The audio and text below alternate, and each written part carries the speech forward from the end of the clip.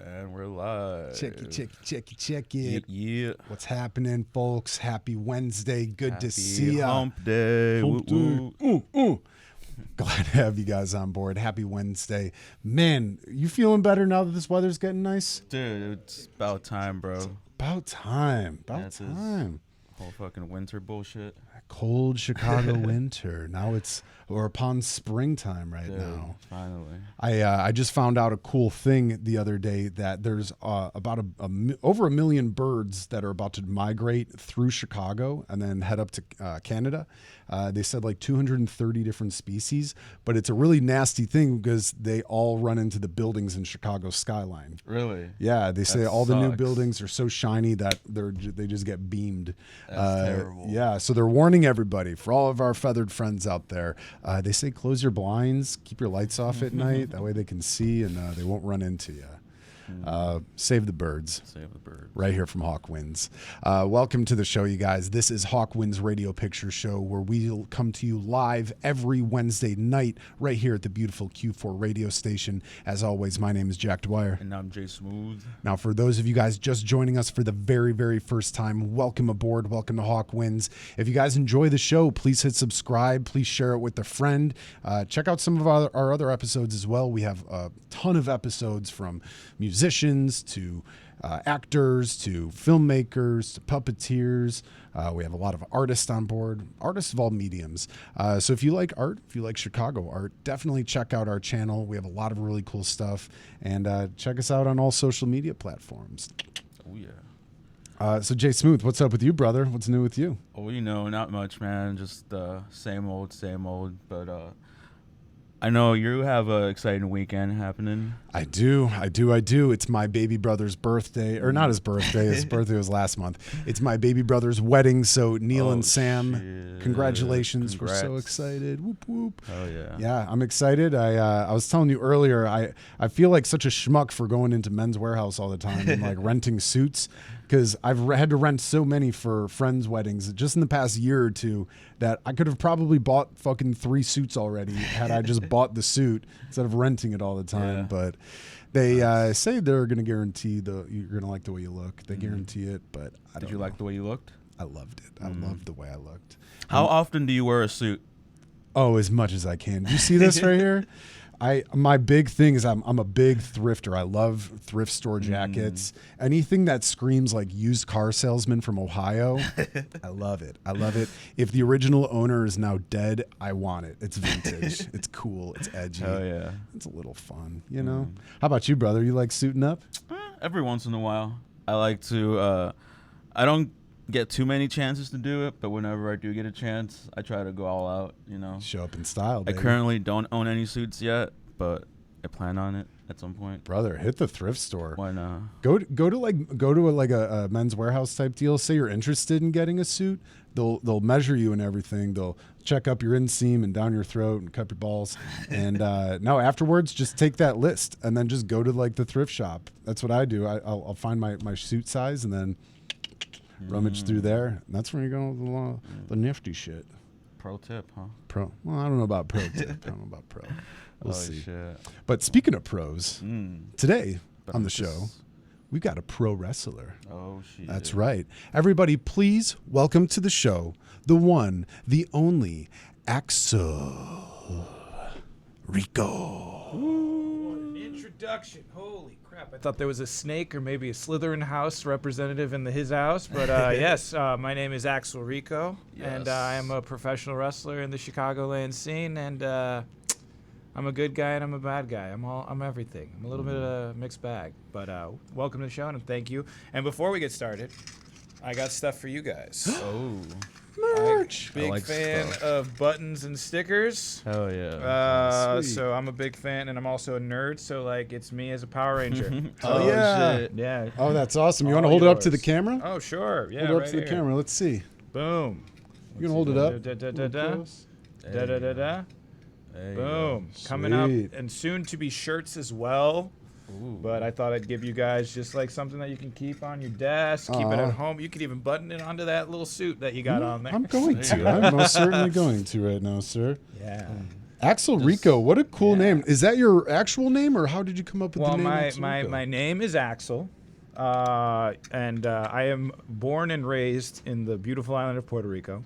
I was born there, and then I came to Illinois when I was about first grade. My mom was like, yo, come see all 4 seasons in one day. Oh, shit. Like the story she always tells people is that when we came in, it was December, I'd never seen snow before. I went from living in Puerto Rico, which is almost the equator, to Texas, where there's ice, that you can make for sick drinks, but it doesn't come down from the sky. That I was just panicking in the airport and freaking out like a Twilight episode. Like people like, guys, aren't you all get out of the cab? The sky is falling. And then I've been here and bounced between Puerto Rico and stuff since. And I've been in Illinois, Chicago, guys, for over 20 years now. So this is my home. I don't know where life's gonna take me, but I know, I think Chicago might be like however, like maybe when I'm like 65 or, eventually gonna retire, probably come back here. Oh, yeah. It's a good spot to be, right? You got a little bit of everything. Literally. What's your take on the Chicago wrestling scene at the moment? So I am a big fan of, just like I've been a fan since, like, one of my first things was seeing it on a VHS tape. Whoa. Oh, yeah. Tells my One age. of those things. Well, yeah. Look at it. Whoa, how do I... No, but yeah, so I've been a fan since watching it on like WCW, like VHS tapes. But I'm a big fan of making like the more the merrier, right? Because I think competition just makes more things interesting. So like I always think like the more like promotions and all that, like I'd love to have a Chicago style wrestling versus a freelance pro wrestling versus you know what I mean, like versus the world, where I think that would be like money. You know what I mean? Like, oh man, I heard they hate each other. Yeah, we hate each other. We don't all hang out. You know what I mean? But I think so. The more the merrier. I love how much like you can in Chicago. Oh man, I have to choose between 3. That's awesome to me. Because that just means like, I'm closer to this. This is why I'm going to go. Or, I have a couple friends that are in the burbs that don't have the chance to always come to Chicago. There's also like POW Pro Wrestling, POW Entertainment that's up there in the northern burbs. There's the western burbs. Chicago style wrestling is like near like the Villa Park area. Then there's also Lucha Libre, So there's like a thing for everybody, and there's so much for every single weekend, but they're not always running at the same time, where it's like that's good. Every single weekend there's at least something wrestling, which I think is awesome, because not only are all of us part of a lot of different shows, but then you see it's like, I'm going to go see the Bang Bros at Freelance. I'm going to go see these guys at AAW, so I think it's just cool. And I love the more promotions, the better. And, but of course, always see me. That's the big takeaway. Wherever Axel Rico is, you go to that show. But then, okay, and on a Sunday I'll also go to this show and whatever. But so I love all. The more the merrier. More the merrier. No, I think that's really interesting. You say the more the merrier. A lot of folks will feel like, oh man, like this guy's coming in. He's going to be competition for me now. Sure. And I was hoping maybe you can talk a little bit about. What is that like when you have so many people coming into wrestling? Do you guys really practice off each other more? And like, when somebody does a crazy move, does that inspire everybody else? And do you guys help train each other? How do you guys help flourish each other within the community? Well, when it comes to like wrestling as a whole, it's a performance. So like no matter what, you want the best out of yourself. You want the best out of your opponent. You want the best out of the show that you're in, because if you go into something and it's like, wow, this is just this show, you know what I mean? I'm not gonna, or at least that's how I see it. It's like I don't want to be part of something where I'm already in the attitude of like, it's just that show, you know what I mean? So I always take 100%. Like if I'm wrestling a broomstick, all right, so what has the broomstick been around? Are you guys used to the broomstick? Like what is I always try to like work my strengths, but also help put together like the best that it can be. So like if I don't know a person that I'm wrestling, or they're coming in for the first time and it's like a hot, like just like your example, whatever, just, I like to get informed. What's the thing? Make the stick, work the shtick, and then work my shtick with the shtick so that it can be the best. And then they brought it in because also these promoters are just, some of them are just people. They put together whatever they got from taxes and put together a show, right? Or, whatever. But, it's their dime on here as well. And they reached out just like any contract work, and was like, I think this and this can, work out. And if it doesn't, whatever, but at least that's what I am paying them to do. So why would I not do my job?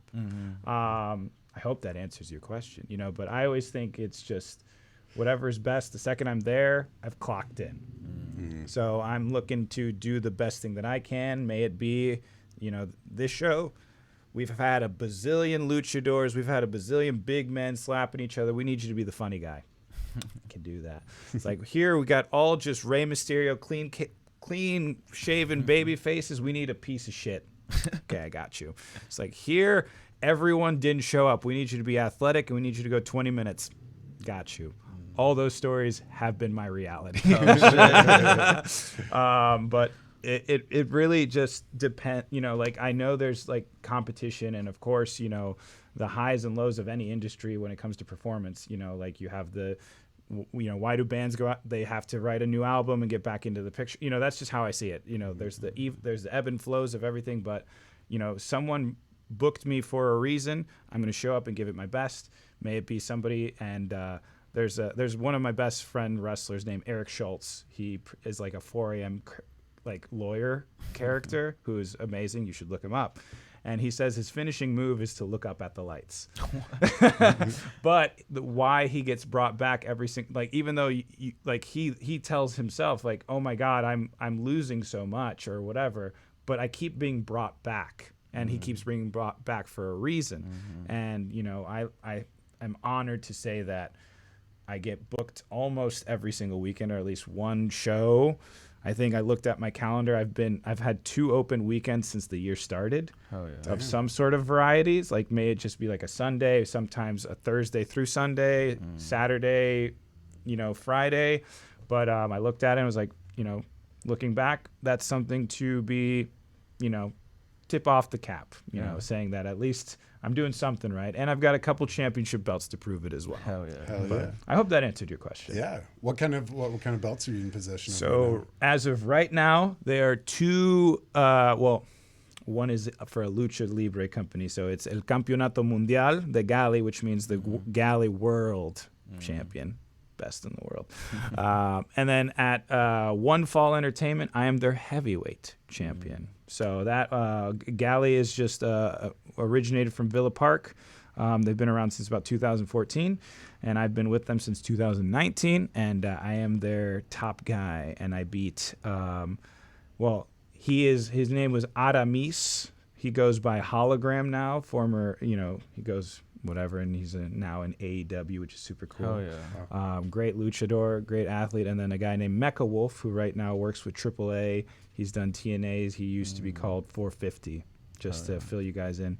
And that was a great moment for me, because Galley's like my homegrown Lucha Libre company in town. So they meant the world that I got to be, right now I'm their top guy, or I looked at as their top guy. Hell yeah. Do you remember the first time you held won a championship belt, and what was going on through your brain when that happened? Well, I consider my first real championship was when I got at Chicago Style, when I became their heavyweight champion for the first time. That wasn't my first belt though, but it was my first moment where I was like, this means something, because at this one promotion, God bless his soul, Jimmy Smooth, he was this referee turned promoter guy. He passed away, but he gave me my first matches in front of people, and gave a lot of those guys and a lot of people he trusted who were kind of losers and whatever. But he gave me my first opportunity, so I'm always going to be, I always cherish him. But he just had a show where pretty much every single match was for a championship belt. And I realized at the time that he didn't know when the next show was. So I did this crazy scramble where there were 6 dudes, and it was a gauntlet. And this guy went in. He was the champ, lost in 2 seconds. Then there was a 10-minute match between the two. I was the last person in, and I was young as can be and didn't know what the hell I was doing. It was outside, and I tried to run in. There was like shit on the ground, you know what I mean? Like, it was that type of show, and I like tried to avoid it. You see me like slip. I go in there and I just win a belt, but it didn't mean anything. And it was like, you know, I looked at it, I was like, oh my God, this is my first championship, but you know, why doesn't it feel like that? But when I first won the CSW heavyweight, we had like a storyline for it. Like, the fans were there because they'd seen me grow from like a young buck to like, whoa, you know, he was just like doing the pre-show matches, the rumbles and stuff, and then look at him, he did it. He beat the big kahuna, which was Joey Jet Avalon, who is one of my favorite wrestlers to ever watch, be a part of, and right now I think like he's my like one of my favorites. Like, not like, you know, like the Mount Rushmore of wrestlers, but like just like that I could see him wrestle anybody. But that one meant the most to me because it was just like I did it and I had the crowd and like everybody came in. It felt like that moment, you know, where you see like I'm going to Disneyland, you know, we won the big one. Like Finally, that one felt like the big kahuna, even though like it's 10 pounds of metal, you know, but it's all about how you treat it and make that story worth everything that you've done for. So that moment that one got me. Oh, yeah. Did you celebrate afterwards? Did you go out? How do you it's so funny decompress after that? At Chicago Style Wrestling, my fiance, which I'm getting married very soon. Hey, Ooh, congratulations. congrats, dude. Thanks. Love is in the air, no? Yeah, love is in the air. Yeah, and right now I want to rip my hair out and just get married already. But we always have like a tradition that, you know, small to fill you guys in. I shattered my clavicle during a wrestling match, and rehabbing it and all that, I found out I had a vitamin D deficiency. So like I've been needing like high protein, like when the bone wouldn't come back, so I had to like take these vitamin D tablets and kind of eat healthy, high protein diets, a lot of water, and I've kind of been like not eating as much fast food, and Diet Coke is huge, not regular. You know, I've been kind of having to adjust my diet. But every time at CSW, Lauren, my fiance, will be like, let's go to Taco Bell. And that'll be like our month, like, you deserve it type thing. So what did I do? Went to Taco Bell. Like, shook hands with everybody because since 2022, I'm celebrating like now 3 years being sober. Hell yeah. So, Congratulations. you know, so shook everybody's hand. Everybody's like, shots. And I'm like, thank you. You know, he gets mine, you know. Baja Blast Yeah, for me. Baja Blast for me. But like 7 rows in there. The same amount as a medium drink, please. But yeah, no, just went to Taco Bell and continued on, you know, because my good friend Marche Rocket, he's another wrestler, NWA talent now, and local legend. He's like, dude, you won it. The job just began. You know, that's what you wanted to strive for. You got it. Guess what? Now everybody wants to be you. So, and that's when it really begins. That's when the work truly begins, and that's wrestling right there. Yeah. That's cool. Yeah. Now, how do you think that your style has evolved throughout the years? And what moments do you think were elevating moments in your career? Well, I know I'm one of those lucky, not lucky people I started before COVID. You know, I started in like the summer of 2017, and COVID hit right at 2020. So 3 years in, right when I'm training with, you know, like OGs. I even, you know, at the time I had no idea. I just knew she was going to be a superstar. I was training with Sky Blue, if you know her. Sure. She's like, we literally came in together at Chicago Style Wrestling almost at the same time. She'd started a little bit before me, but then boom, being told, you know, because what's wrestling? Next to each other, performing, hitting, like pretty much not breaking 6 feet. Because could you imagine a 6 feet apart wrestling match? That would It'd be pretty boring. And usually, like, these local crowds and venues, you know, you don't have enough money to put yourself in cylinders, you know. So like pretty much it went from like getting the idea of how to do things and getting used to these storylines to all of a sudden, yeah, we got to cut all that, and we don't know when it's going to come back. So it was like very like, whoa, you know, what do I do with myself, you know? So that's kind of where I had like that moment of, you know, it was kind of like sink or swim, because it's like, one, I have to work hard, but also what is the world going to be? Is this going to come out? Because no one had any idea, right? Like we could hear the news, but it was like, what's really going to happen? You know, all I'm seeing on social media is like, now everyone's on social media, and it's just like, whoa, Walmart this, there's no food, you know, like, whoa, what the heck is going to happen? But F that, I want to know what's happening with what I want to do maybe as a career and what I want to do for the rest of my life. So we would still do like training sessions, like, you know, limited people and all that, but everyone would just be like, man, that's great, but then how do I like show my art? You know, like that'd be like, you know, playing a guitar for years, and then all of a sudden there's a string outage. You know, like what do you, you know, like what do you do? Like, if only there was something there. You know, I need that thing. You know, and strings are coming next week. Like, what do I do for that week? You know, like what do you do? And a few of my friends at the time, my friend Derek, ringside film guy. I love I'm just remembering, shooting off the cuff, shout outs to everyone. He was just starting his like career and wanting to start like being a film guy, like like literally in his name, ringside film guy. He wanted to take film of like hard cam footage around the ring, and he'd be just hanging out with us because we were all friends. And I literally was just like, I got 3 years on me, a lot of people coming in at the Chicago Style Academy or brand spanking new. Why don't we just make a shitty YouTube show? You know, and it was, we were starting to slowly show our art, and that's when I started like expanding a little bit. That's when I started, like, at that time I had just broken in with Galley, so they had just known me. I was starting to learn like different styles, and they were the first promotion that opened like back up with outdoor shows in Chicago. It sucked. Like it absolutely sucked, because it was like, oh, actually, the CDC might break, this promoter might because of this and that, you know. So it was like but they were the first show back. And once like wrestlers who were like me wanting to go out, and they knew me, they're like, Axel, you're in. We've been training with you, so I've been learning lucha and whatever. But so many people that like would be wrestler, you know, want to do WWE here or used to be whatever, came in. So like, I met a guy named Ricky Cruz. I did a couple shows with like some AAA guys who were like, yeah, also here in Mexico, it sucks. Yeah. You know, Fly Acid will do like almost verbatim. You know, like we did a couple shows with the two lucha little guys that were in Nacho Libre as like crazy rascal dudes.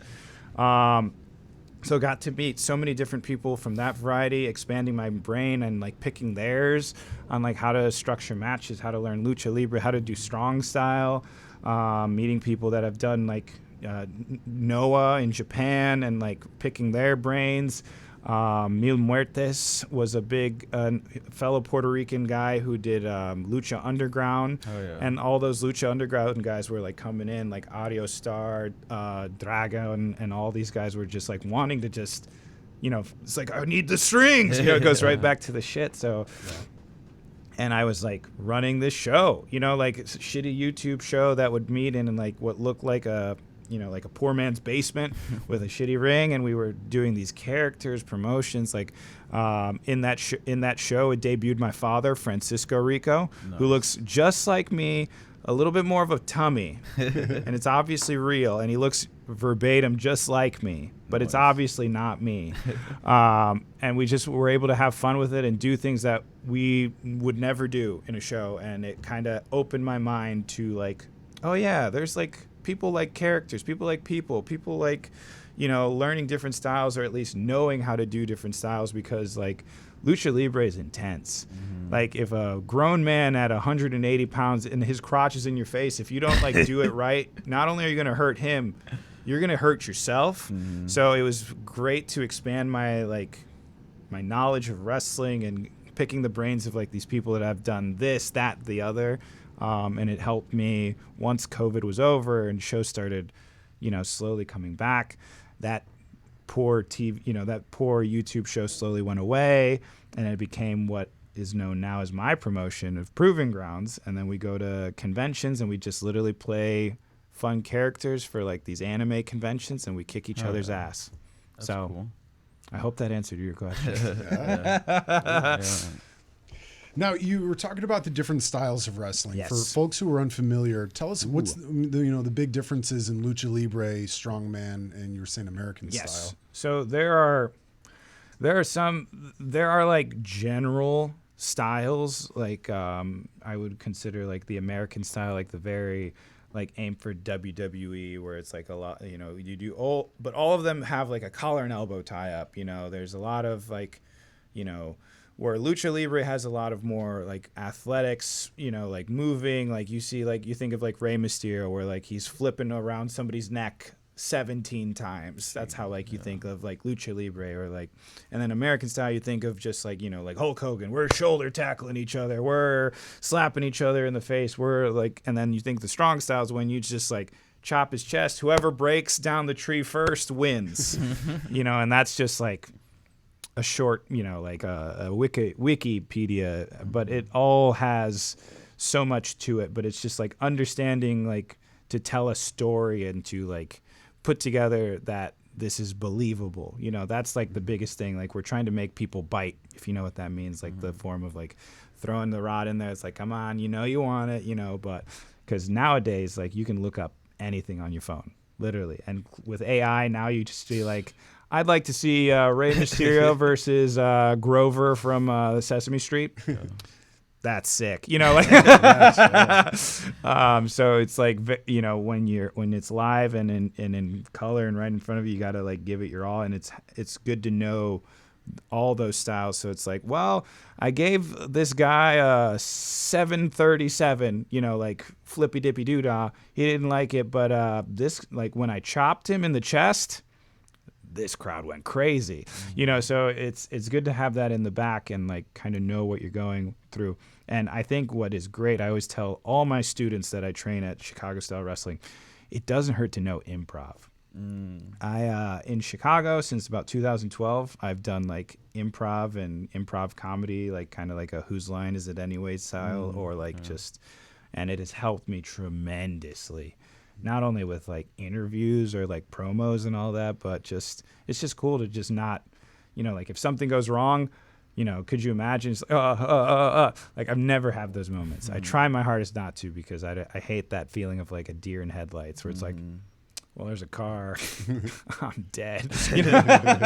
Like nobody wants that in their life. So knowing as much as I can, or like, learning as much as I can, always it does wrong, knowing more or knowing different styles and whatever, because like it's, if you're at a lucha show and you know how to base for lucha or no lucha, all the guys immediately trust you. Like American style, you know how to lock up, you know how to like slap somebody, you know how to look like you're taking somebody's head off and then they can get back up. All right, cool. I trust that guy. He hits real hard. And then, I've worked guys that have like, damn, that hurt, but I'm not gonna. I'm a man. I'm a man. And it's like, yeah, Rico's good with me. Like, so it's just those little steps of, wrestling and knowing stuff. It's good to know stuff, right? Yeah. And I thought it was interesting, you were talking about COVID times and how you guys kind of resorted more to social media to bring out more wrestling. I was hoping maybe you can talk about what that is like with social media for wrestlers getting into the game and the importance of it. Did you think you were ever going to be editing videos and doing photo shoots and stuff like that on your own, getting into it? And, talk about the importance of it. I actually I knew I have actually a minor in social media business, and I like just had a feeling it's like this is gonna be big, and this is before I even got into like wrestling. But it's like it even helped me realize like my character of just like being me, but just on steroids. Like I learned English from watching Power Rangers, and I can remember all the bad guys. I can remember all the like. It's like, man, there's something to this, right? And then, like, somebody was just like, wrestling gear is a thing, So I'm like, huh. So I could put it part of my thing. I could, like, take these shoots. Like, I'm a big comic book guy. Like, if you see my Instagram, like, there's me as Venom. There's me as the Joker who laughs. And just push. And then, like, all the comments are like, this is awesome. This is cool. And then it's, like, sharing them to, like, this guy's super cool, and he's a cool wrestler, and he's like, good talk, and he's like talented.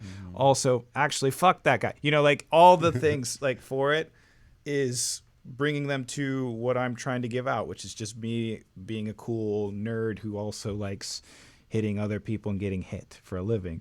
And it's all around social media, because it's like, if I could do that with people around me, but it's like, oh, cool. Hell yeah. Anyway, but like now it's like, wow, that was sick. 4 hours later, millions of views, and it's just like that. Sometimes you kind of like, what's the analogy? You have a dart, you just gotta like kind of throw it and see if it hits, right? Like one of our things for Proving Grounds is over 1 million views. Jeez. And it's like, oh, I was just messing around, like an editor and, just clip things together. And I was like, thinking about it, it's like, do I want to use a blackout there, or do I want, just little, and it's work no matter what. Like that one, less work, and then the videos or the pictures where it's like, oh, it's so good, the lighting was perfect, gets less, so it's funny how that goes. Wow.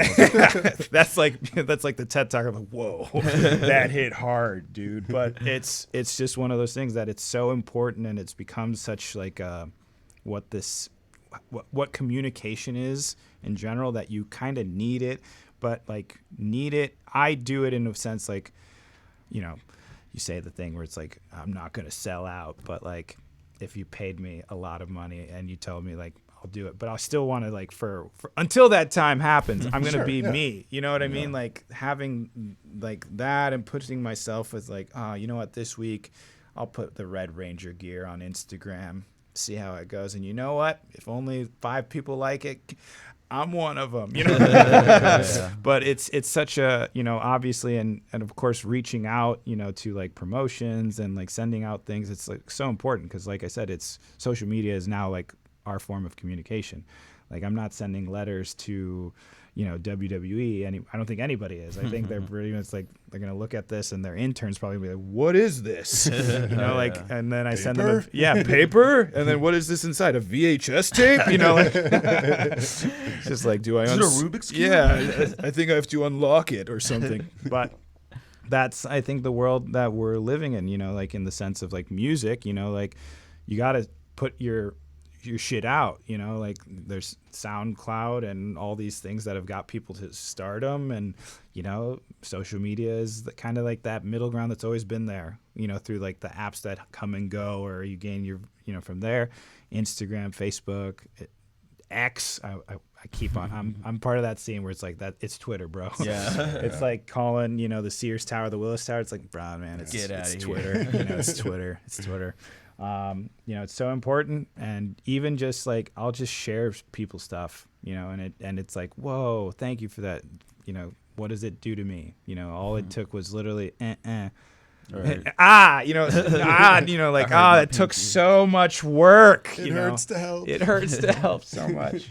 But yeah, no, it's social media is like wrestlers go to, like, what do you do without? I can't even like I've been so into it. I think we all have for so long, where it's like I can't remember the time before it, almost, right. Except for like when I went to like Disneyland as a kid. Yeah, right. But like I can't picture myself being like, oh, this would be a sick picture. Here's Shamu. But yeah, I'm a story guy too. So share your guys' stuff, share my stuff. Like whatever, man. It's just a story. Yeah. And it goes away in 24 hours. Right. And it means a lot to a lot of people. Absolutely. People don't realize how much it actually means to artists, people trying to make it out there. Now, do you think that it's definitely helping, young wrestlers get into the scene? Because obviously that's, like you were saying, otherwise you'd have to send in a demo tape and stuff. Now you can just pop it up on YouTube. Yeah. I mean, that's also like another thing too. It's like promotions are looking for you to promote too. Like, we still do some flyering at Chicago Style Wrestling, like of a physical flyer, but I know most promotions that I go for will tag me and will say like, oh, please share all the flyers that we do. Like, even if it's your match or this match, we're going to promote that. This guy's going to talk about what he thought about what happened last month, and it's like, cool, why not? Or like they'll ask us to do these like promotional videos of like introducing yourself, maybe some people know you, but like the general public is like, what if it catches an eye? It's like, man, I wasn't gonna go to that show, but this guy pissed me off in 30 seconds. Now I want to see him get his ass beat. So there's like a big thing where it's like I'm trying to help myself, but I've already clocked in. I go back to like I clock in when I get into the building, but then like if a promoter reaches out to me, it's like, hey guys, put this flyer out. It's for the heavyweight championship match here at Chicken Wing Wrestling. Got you. Share. I shared it. Oh, it hurts. Oh no. And it helps them out, and then they keep wanting me to reach out or to maybe bring people in, or I bring a carload of my friends, and then we just keep helping each other out, and it's a help business, and the more eyes the better. And I came up with this idea, I swear to God, and somebody stole it. They saw like my college tapes of like social media, and it's like of collaborating.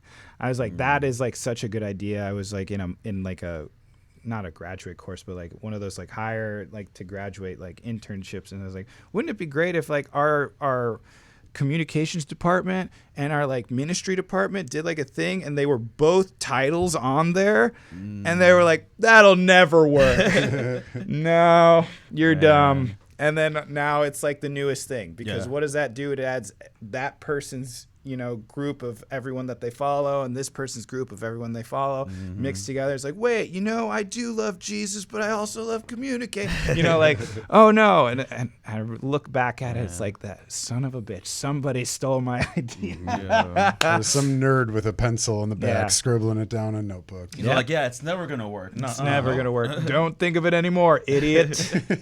Gone. Oh my God. It's the social media world. I mean, like, look at this.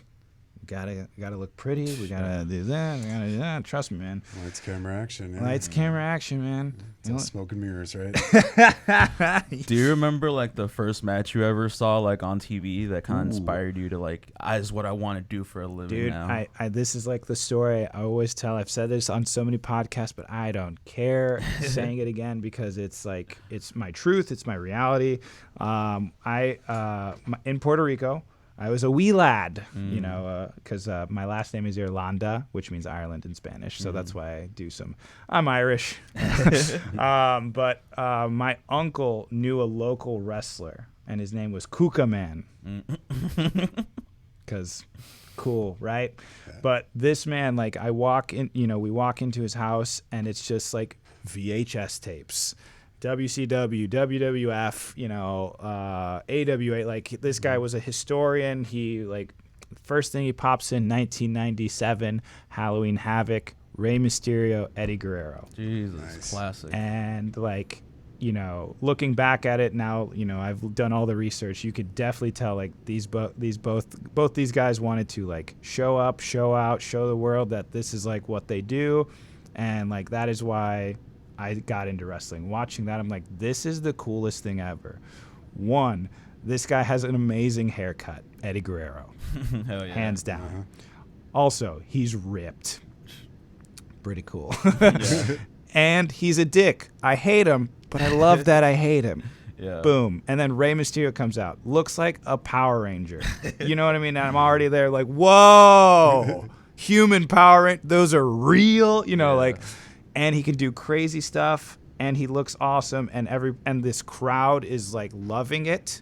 It adds that, like, when you're watching something, and you get like crowd reactions of stuff. That's why I love like listening to like those like compilations of like just people losing their minds, because it's like, I don't even know what it is, but if all these people like and especially as a kid, I'm just like losing my mind, and I like everything was perfect to my eyes. I bet looking back at it, probably they're like, we fucked that up, but I was like, this is cool, this is surreal. They're doing stuff that it's like what is seen as like impossible.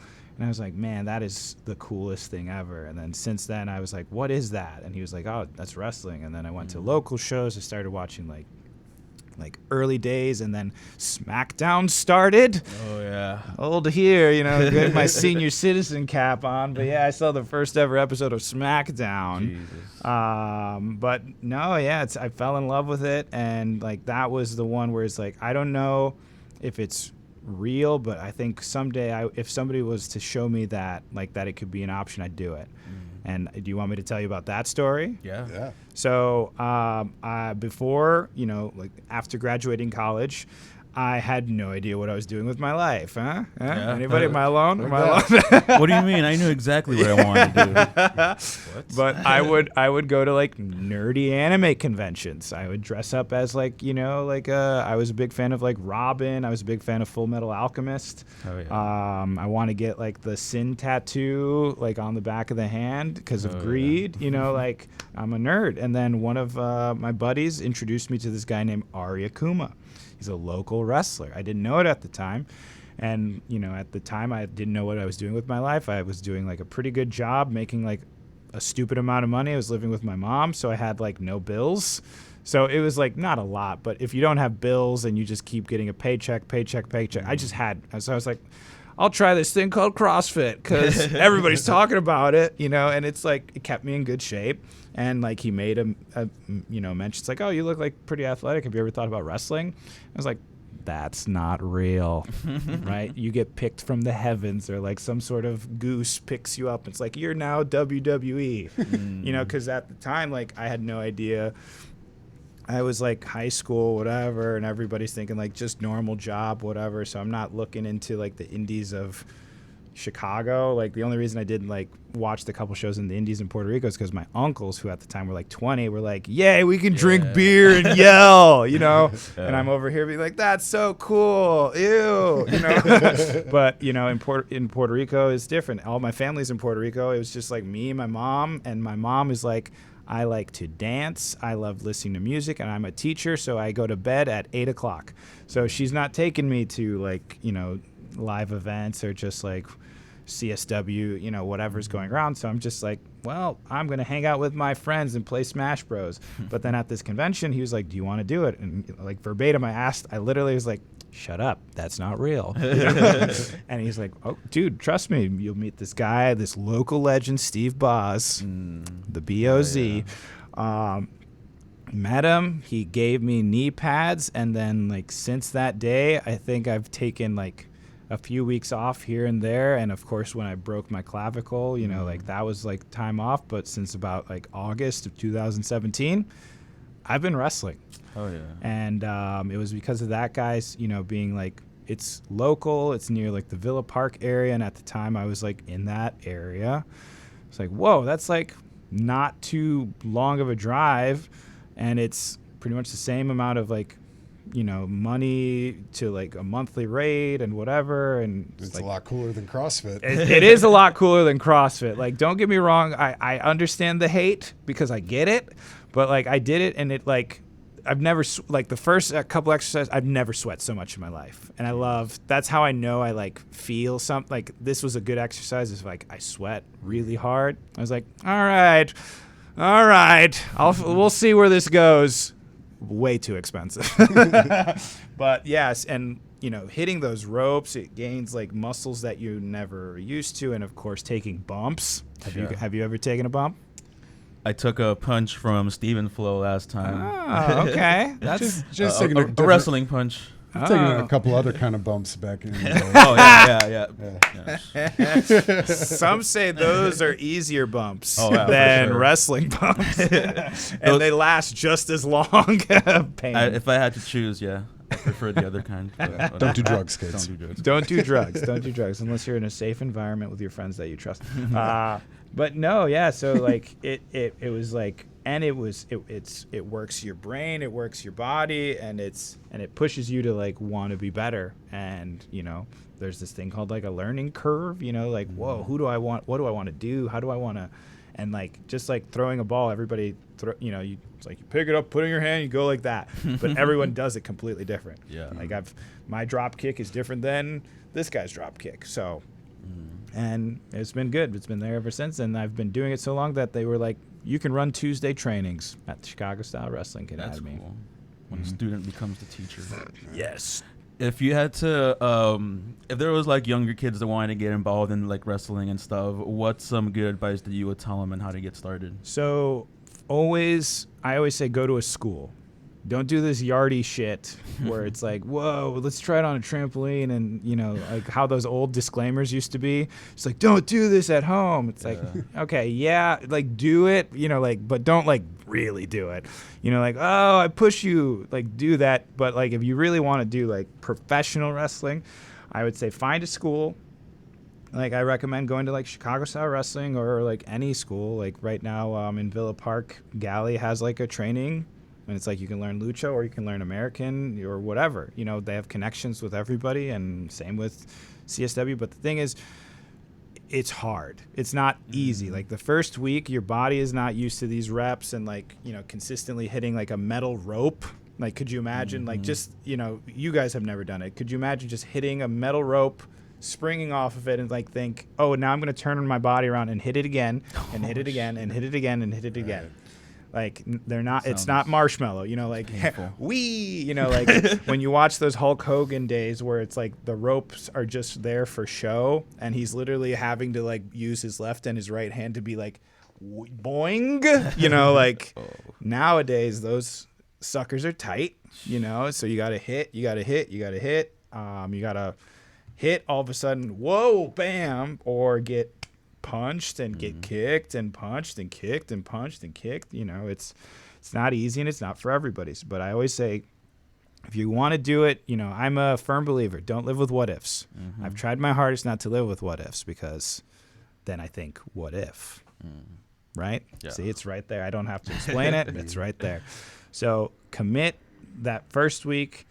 Once you're sore, take a warm bath and decide if you want to go in the next week, because there's a bug. It's like if you get one tattoo, right? It's like, oh, but now it's lonely. Like he needs a friend. He needs a friend. Or you just find out, you know what? I want to get rid of it. I don't like the way it looks. You know what I mean? It kind of adds that like, oh man, but it kind of hurt a little bit, but I love it. Like it's going to give you that bug. And of course what's the first thing everybody sees when they think of like, everybody that comes in like as a student, you think, whoa, I see WWE. This is amazing, whatever. It's not like that right off the bat, no matter where you go, unless you're like a god at wrestling. But if you just go to like Chicago Style Wrestling or anything local, it's going to be the hardest first week of your life, because like you're going to be told by a lot of people, it's like, no, that's not. You have to train your brain to like, oh, I've been protecting myself all the time. I don't want to fall down. Oh, I see. You see what I mean? Like, whoa, now not only am I forcing myself, it's like, whoa, this guy wants to slam me. He's picking me up. I kind of don't want him to, but also kind of have to have him slam me down in the easiest way. It trains your brain a little bit. So it's like, it's a hard first week, and then some people it's harder for the others. Some people get it very quickly. I think I was one of those people where it took me like a year before I was like, okay, I think I'm starting to get used to this.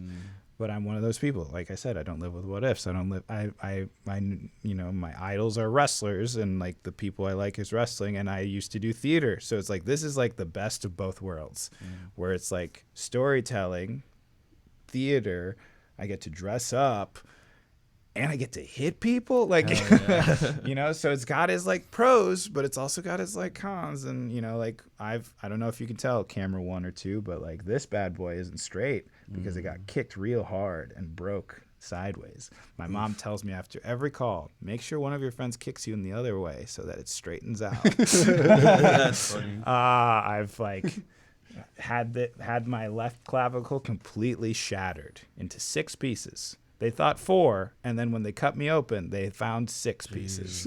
So, Can you tell the story about that?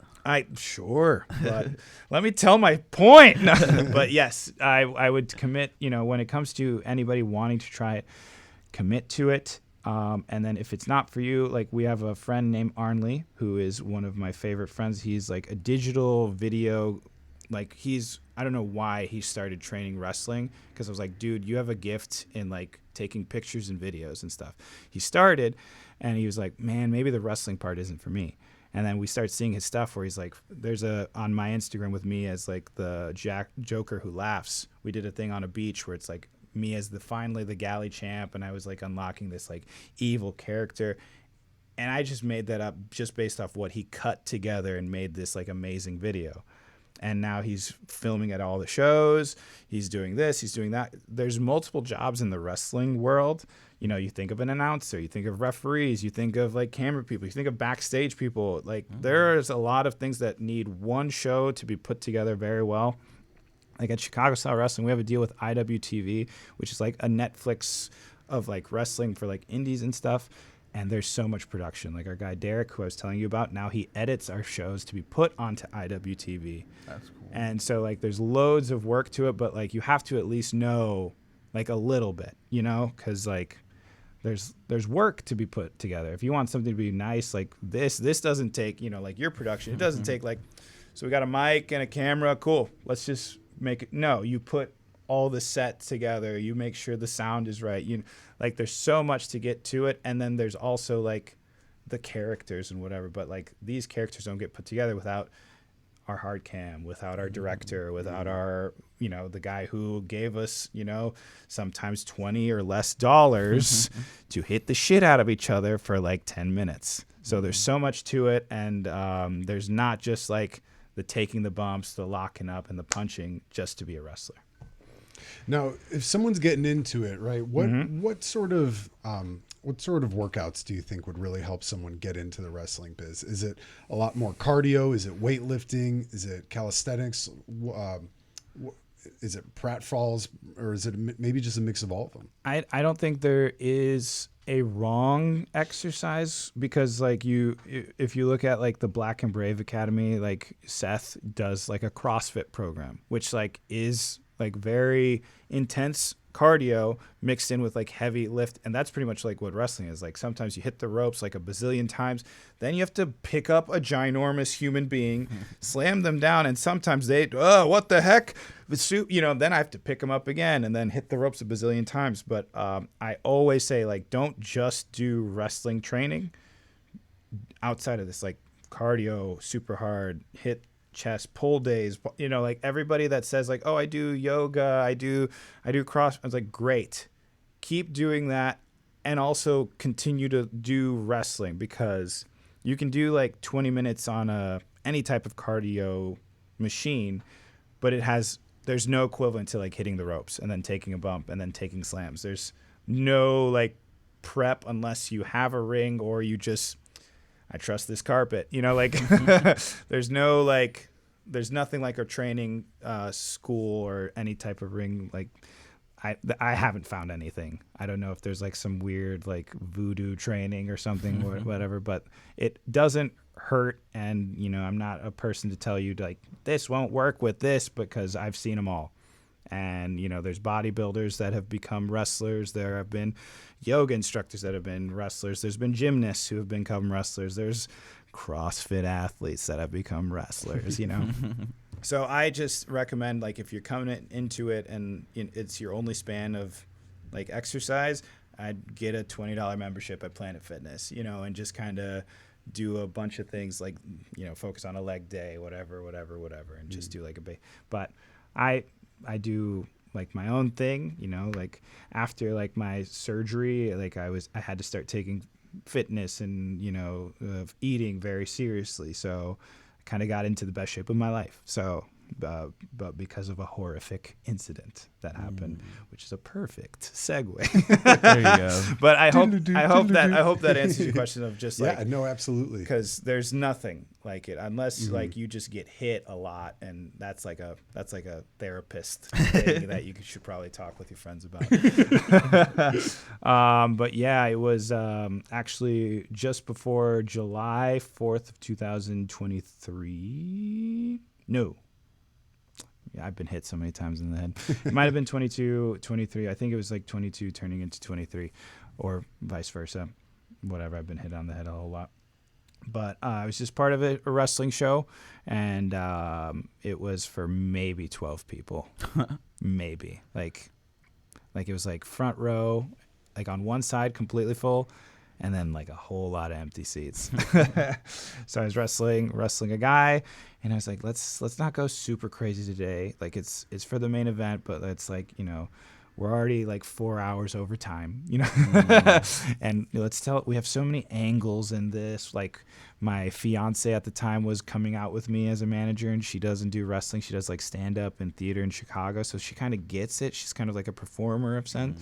But, you know, if shit were to go hit the fan, she'd probably be like, what? You know, like, so, you know, let's not go super crazy. And then I also had my friend Eric, who I was telling you guys before, who was also like helping me because we were dastardly bad guys together.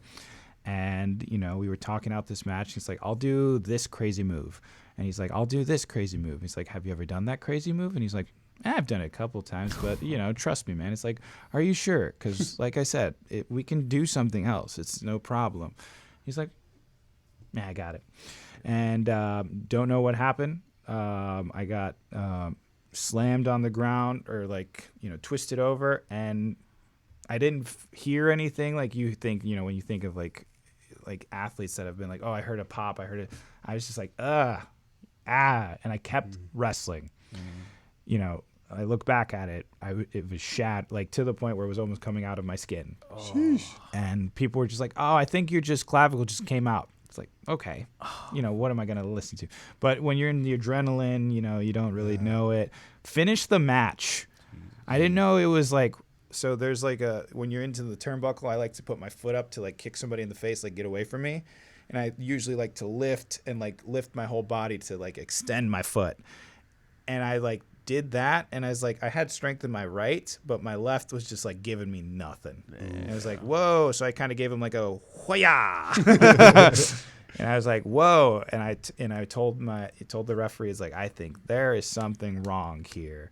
And pretty much we had to improvise. And thank goodness I could improvise. But literally we finished the match.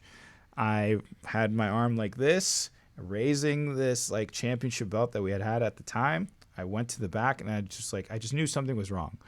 I could like kind of move my elbow and arm, and I can kind of do like this, but I was like, something is definitely wrong.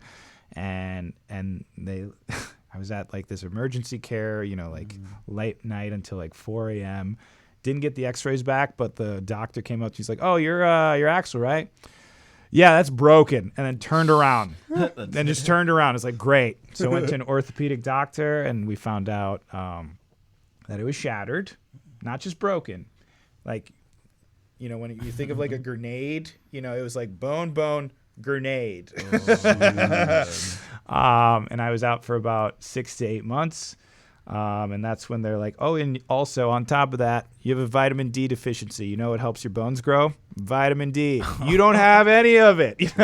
So terrible. Like even to this day, I take like heavy vitamin D, like vitamins every morning. And I found out that, that's why like my levels of like my body, it's like, you know, I've got strong legs, but like my upper body is like, it's strong when I focus on this muscle, but then the rest of my body kind of looks like, you know, I look at myself and judge like the way I look, but that's just like that internal, you know, when it's a show business type of sport, you look at pictures like before and after, and it's like, man, I really let myself go. But because of like a horrific thing that happened, I started taking it more seriously and seeing like the results that I want to see. And it's like, I wish it never happened, but I'm happy like at least there's something good coming out of it. Oh, yeah. But yeah, that's my crazy shatter story.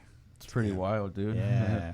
I don't know, like I can't think of like anything that's like wrestling where it's like if something happens like that, like I don't know for like your guys' just like band, whatever, it's like if you're just shredding on it and so all of a sudden like your wrist breaks off, it's like, okay, what do I do? You know, like what do I do? It's wild.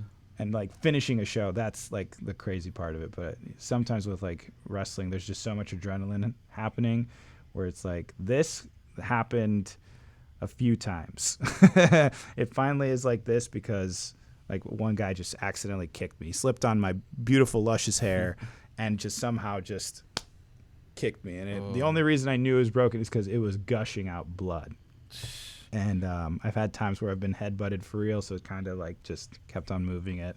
But that's wrestling, baby. Yeah, baby. That's wrestling, baby. Now, what is the protocol when that happens? When you break a bone or something, is there a sign you do to the ref or? Well, it really depends. Like, I don't think there is like, I know with like the bigger promotions, you've heard the like online where it's like if you ever see the referee give the X, that usually means like something has like happened. I know like recently in like WWE, like a woman like landed wrong and her knee was just like turned. Oh. You don't want to even hear that word when it comes to a knee. Yeah. And you just see them like cut to commercial break and then like they come back and it's like, all right, anyway, we have a singles match here, like, oh, God. But when it comes to like that moment, like I had no idea. All I knew is like something was wrong, but it didn't feel wrong. You know what I mean? It felt like, well, I'm still going to go. I know something's wrong, so I'm going to figure it out afterwards. And, thank God I've never been in a sense where it's like I saw like, where it's like my finger's that way. It's like, oh, I know it's broken. Here it's just like, well, I still feel okay, and I'm hopped up on adrenaline, so I'm like good to keep going, but I definitely know something's wrong. But me being the professional guy that I am, I let everybody like in the facility, know. It's like I think I even had to. The only one I couldn't talk to was Eric, and he had like a stint in our match where he was going to come in with his suitcase, and I had to like. There was 12 people. Never mind. I don't give a shit who knows about this, but I was like, fuck off, fuck off, fuck off, fuck off, fuck off, fuck off. It's like, I don't know what's wrong, but either way, let's not do the thing that we planned because something has happened. Yeah. And like, it was probably one of the worst endings to a match I've ever put together, but it was just like, I just knew something was up. And it's like, at the end of the day, we have to be humans, at the end and figure out what's going on. So I was like, okay, so these 12 people are going to know, like, I'm yelling at and being like, stop everything, whatever, but we still finished it. So proud of that moment. But I don't really know because there's so many things. I know like at one of our last CSW shows in December, they were doing a tables, ladders, and chairs match. My friend Victor Iniestra and Rafael Quintero were like crushing it. Like they had a belt on the top of the ceiling where they had to climb up and fight each other and slam each other through tables and stuff. There was a part where Rafael was on top of a ladder. He jumped down and landed on Vic. Like he was good. Like it was close. Like crazy shit ever. Like the ladder moved and everything. So it adjusted like how he was coming down, and broke the table. And the table hit my friend, knocked him out. And it's like those things where you're trying to like make it look crazy, especially in those type of situations, or where it's that dramatic and it's like, whoa, what do you do? I know we didn't want this to happen, but it's like it could happen whenever. Mm-hmm. Like there have been times where somebody hit somebody really hard and it's like, okay, he's moving, or like there's the sense of the disbelief where I'm trying to make it look like I'm going to hit you so hard, but we still have to continue going for 10 minutes. But like, so it's a hard thing because sometimes, you can talk to your fellow wrestler or whatever, but it's like, sometimes you just go, especially if I'm a bad guy, I think I can deal with it better. But as like good guy, it's kind of like, whoa, what do I do? It's like, yeah, I ripped his arm off. Cheer for me, Yeah. It depends on the situation.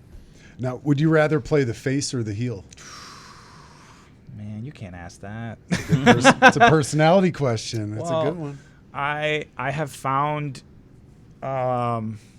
I always answer this question as kind of like a shitty way to answer the question, because some fans will come up to me and be like, what do you prefer, face or heel?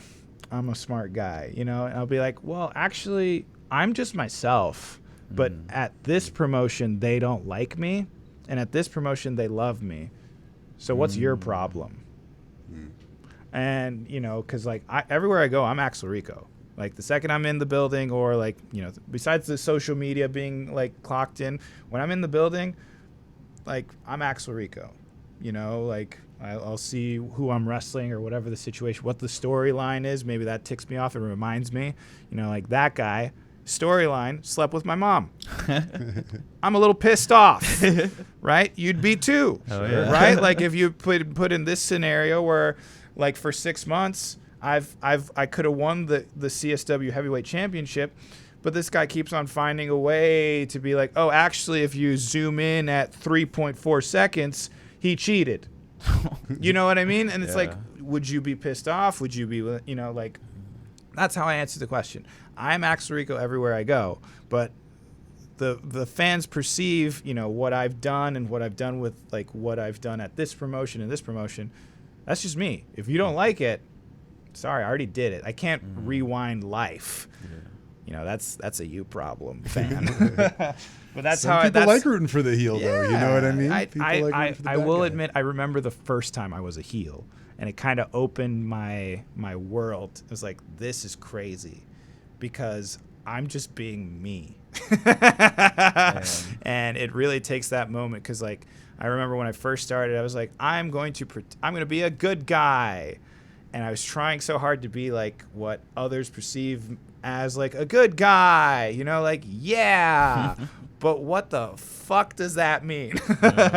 And when I became, I joined a stable, a evil guy stable, and we kicked the asses of these mass luchadors who everybody loved. And I was like, this is cool, because now it's like I'm still being me, but I'm just being me. I'm not forcing myself to be like what I've seen or what because like I was going out there thinking like I have to do this, but now I'm just going to do what I would do in this situation. And it kind of opened my eyes, and it kind of made me a better bad guy for when I'm here, but it's also made me a really good guy, because it's just be you. It's just you. Yeah. It's just me.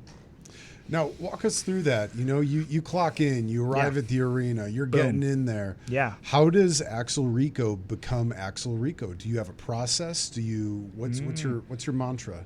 Well, usually I drive. Step one, I drive. But usually once I'm in there, I'll, find out where the area is, where we change, whatever. If I'm there early enough, I always like to blow myself up before, like if I have time, like if it's a show, like we did a show in like Minnesota where it was like 8 hours there and 8 hours back. So we didn't really have so much time to like get in the ring and do whatever. But what is like a stereotypical, like I have 2 hours or something before the show starts, get into the ring, feel the ropes out, because every ring's a new monster to work with.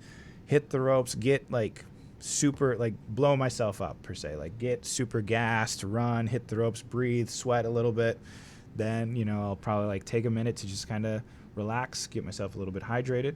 I'll usually like, maybe do like a headstand. I love to do headstands on my head. Dress once I'm in gear, it's go time. I like to, put on my like gauntlets, get everything and then like just be myself. And then once the music hits, goes through the curtain, it's like, Disneyland, like this is where a button has been switched. But when it comes to just prep, like push-ups, blowing myself up, getting into gear, and then just waiting for my turn to go through the curtain. And then boom, Axel Rico. Hell yeah. Hell yeah. And then to decompress afterwards, when you take the Axel Rico hat off, you stay in it. Do you wear the belt at Taco Bell, or what's the come down like? Well, usually the Taco Bell's through the drive-through, because it's usually like after midnight, so there's no like. That would be sick though. It's like, excuse me, one free Baja Blast for the champ. That would be really sick. But usually I try to find my hair tie, because when this is like a sweaty, crazy mess, like this is a jungle. Like before I started growing my hair out, it would just be an afro. So it's just curls, wavy curls, wavy curls. So when I like wet my hair, I have to put conditioner in there, or it just becomes like a just a frizzy mess. I look like Miss Frizzle but Puerto Rican. But usually once I'm back through the curtain, it's usually first off breathing, decompressing, because whatever adrenaline is now going to slowly wear off. So like maybe you're going to get some soreness, kind of like prepping for that. If I like the person I've wrestled, I'll usually talk to them. But just kind of chill. I love to hang out by the merch table after I'm done, because everything I sell or give away, it's like you're repping me. So thank you. And there was like a time where it's like everything I donated or whatever I got from like merchandise, whatever, I would donate to like a Chicago canine rescue or like there was like a whole year that I did that for I did like a For the Puppies campaign. Because it's like money replenishes, but the fact that you bought my t-shirt or like bought an 8x10, that like means you want me to succeed or you care about or like what I do. So I'm always hanging out, talking with the fans, shaking hands, bumping fists, taking free Diet Cokes if you wanna, you know. They're always like, "Hey, Axel, I got you." It's like, I'll take a water or Diet Coke. Like, I'll be right back. But, you know, usually decompressing, enjoying the show. Because, like, at the end of the day, I love just wrestling and I love seeing other people wrestle. So I'll usually watch the end of the show or just find a merch table and just kind of chill, hang out. Is it like important for like wrestlers to hang out with the fans afterwards, at least like on the indie level? Yes and no. Some indie fans are the worst. And, you know, there's like that, I don't know what the phrase is, but it's like when the stage is lifted, everyone looks at you and they look at you at that higher whatever, but there's still that reality of it. So it's like when you get brought down and like in front of some fans, like there have been fans where it's like they try to like, they think we're like homies, like they pretend like they know me or like they're like, "Oh man," and then try to grab like my gear. You know what I mean? You never want just like some random person that you either know or don't know to just Right. So it's like yes and no, because it's like you want them to support you, want them, but like at the end of the day, it's like you were a contractor, you were a performer, and like, you know, you're trying to help them perform. You know, it's not like a buddy unless like they're super cool or something like. But it depends on like the fan, depends on the situation. There's a lot of fans that like still reach out to me, but they've been cool. Like there's this family who brings this little girl, and she brought signs. Like she was like, "We're Rico's Rangers," and like it's like that's adorable. Like I even used her and came out with her as part of my entrance. You know, so it's like there's like that bond that you can create. But it's like if I don't know somebody, you know what I mean? Like there's also like the reality of it. Like we're all people. It's like, dude, if I see you, like if I'm in the curtain performing, and then as I come back and I see somebody opening my bin and like going through my stuff, you know, I'm probably gonna react being like, what the hell, or what the, you know. So it's like there's reality of it, and like there's some boundaries, right? And it's like, you know, thank you for respecting my thing, you know, but like now respect me inside and outside. Like there's the amount of like weirdos that have messaged me and being like, "Hey dude, love you." It's like, "Oh, thank you so much. Send me a picture of you butt ass naked." You know what I mean? Like I don't.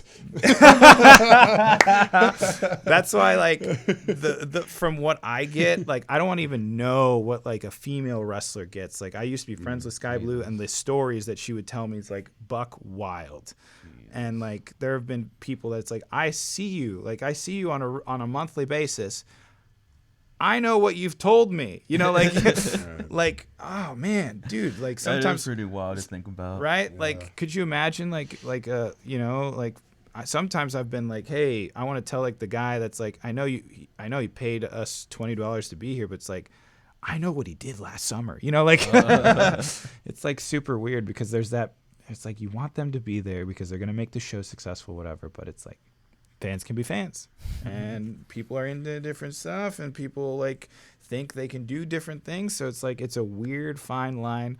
As long as you like, I'll respect you if you respect me. That's how I am. You guys have been very inviting. I'll open up. You know, I don't mind it. It's like I'm the guy that will dance on the table. I'm not afraid to make a fool out of myself. But it's like if you're trying to like lace my shoes together right in front of me, like what the fuck? Yeah. Like anyway, Does that actually happen? Sometimes, but like with my wrestling shoes. So like sometimes like if I'm on the outside, like somebody like slammed me through something. I remember there was like this one fan I was like kind of like selling and slowly coming up, and I was like feeling like fingers on like the back of my shoes, and I turn around and they're trying to undo my like shoelaces like as I'm wrestling. And I think it was like a 12 to 13. I knew it wasn't like a young kid, but still like enough where it's like, what do I, you know, like, Can you stop kick it? him? Yeah, right. Can you? And it's like your dad is gonna not want, like, is gonna be like, yeah, great job, Tim. You know, like, part of the show, or like, what the fuck, you know. So it's like but I've had a lot of weird fan interactions and stuff. Never really recently, thank God, you know, because sometimes, you know, I never trust. I don't know. I don't want to know what somebody would do if they got in a ring, like. You know, thank good. I've never had that happen where it's like I'm wrestling with somebody and just all of a sudden a fan gets in. Never had that happen yet. Knock on. This is wood. Yeah. Okay. But like on the outside, like they'll be like at this lucha show, there's always this woman who wears like a big mask. She's kind of like a heavier set woman. And she just says like the darkest ribs like ever. Like I'll be like outside and she'll be in Spanish, of course. She's like, you're handsome, but not TV handsome. And I'm like, oh, like to the point where it's like, it's breaking character. Like, oh, you know, like left field stuff. Like what the heck? That's and she's wild. like, and like to the point where it's like, oh, you're probably a size 12 shoe. Like, what? It's like 12 and a half, you know, like the weirdest thing ever. It's just like, and she's always like videoing her like husband or something. And she'll be like, my husband doesn't like you. And it's like, what the? Okay. You know, oh man, dude, fans are like the best. They're also the worst, but you also need them. How else do you put it that way? I think that's the best way to put it. Whether they like you, whether they're booing you or cheering you, it still is the same, right? Yeah, because I've even had a fan. I'm not like the biggest sports person.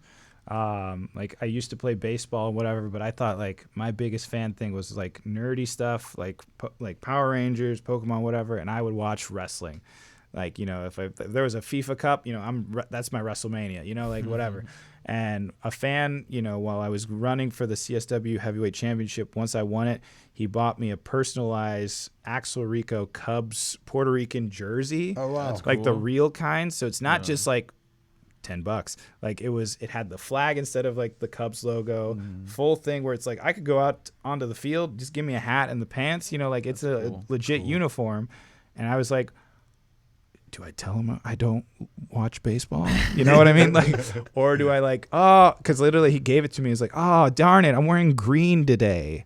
I'll put it on for the next show. Oh, You know, and he's like, yeah. oh, thanks, man. You're badass. It's like, cool.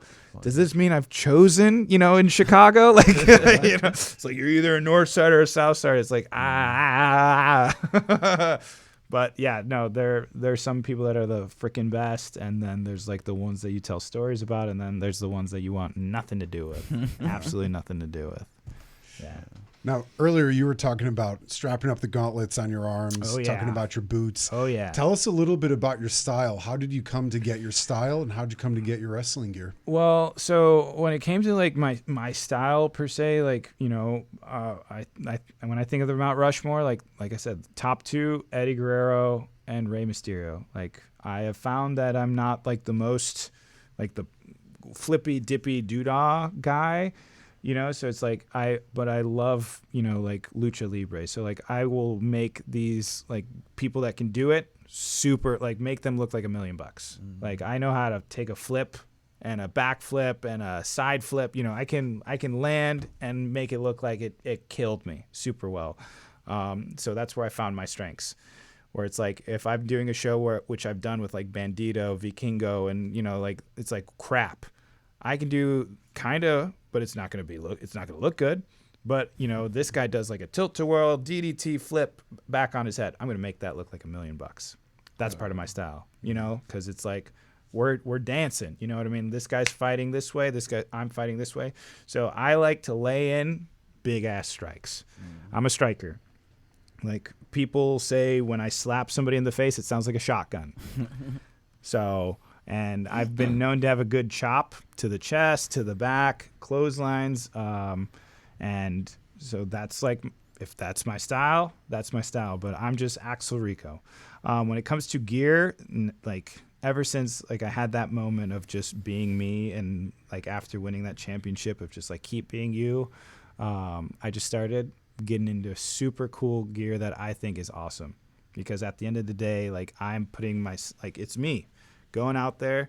Recently, I got like this mask maker named Vince. Another shout out. More shout outs. He literally made me a lucha version of the Green Power Ranger. Wow. So I've got the shield, pants that look completely green, full mask. I have this guy in Mexico who makes gear for like CMLL and a lot of other local luchadors here. So it's super good. Follow me on Instagram and Facebook and see all like my gears. But it's just me. It's like things that I'm interested in. Like I love the Batman Joker who laughs. Like I think he looks badass. Venom, badass. I've done the pink Power Ranger, the red Power Ranger, the green Power Ranger. I don't know if I should say it on the podcast and give it out, but my next gear is probably going to be Ivan Ooze, if you know where that's from. Is that the guy from Teenage Mutant Ninja Turtles? Close. It's from the Power Rangers movie. Of course. Way off. Of course. Way off, but it's okay. But just like stuff like that, where it's like stuff, because, like I said in the beginning of this podcast, man, when I think of like Power Rangers, I think of those badass like costumes they would wear. All the bad guys looked super cool, like those, Japanese like guys like putting the foam suits, but they looked cool. And it's like I'm thinking back to, it's like that would be a sick set of gauntlets. That'd be a sick entrance gear. That'd be a sick. I even went to New York with my fiance, and we did this like live action theater where it's like you're in like this haunted house. I think it was based off like Hamlet or something like that. But it's like no one speaks. You wear this mask and you go throughout this like city, and there's like at this point of the play, there's like a ritual of casting witches and a seance. But it's like if you're only there from 8:30 to 8:40, and it was like so cool. I was like, that'd be a great jacket to wear. And I'm just like taking these little things from like things of Shakespeare, things that I like in theater.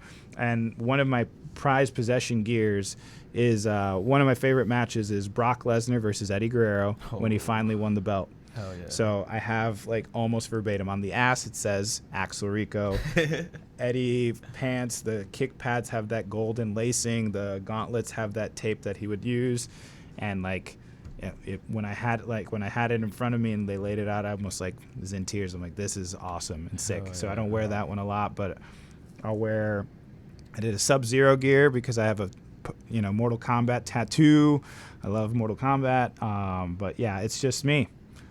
Different colors. I think coming up next is probably going to be a yellow Power Ranger gear, and then who knows, maybe we'll get into the later seasons of Power Rangers or something like that. But it's just me. Different types of Power Rangers. Yeah, man. Can you talk us through a little bit about cosplay wrestling? That's such a wild idea. And what are some of the cool matches that you've seen? Let's see. So we've been doing this for about 3 years. It started from that shitty YouTube channel, but yes, it's called Proving Ground Chai, C-H-I, but Shy, One of my friends who I met at the conventions, she like, instead of going the route where I went to wrestling, she went into the more committing to like being like an event coordinator for these like conventions, and was like, this one was opening up and they're like, oh no, we need a main event. And I was like, well, I can get a ring and a bunch of people to dress up and we'll just wrestle. Hell yeah.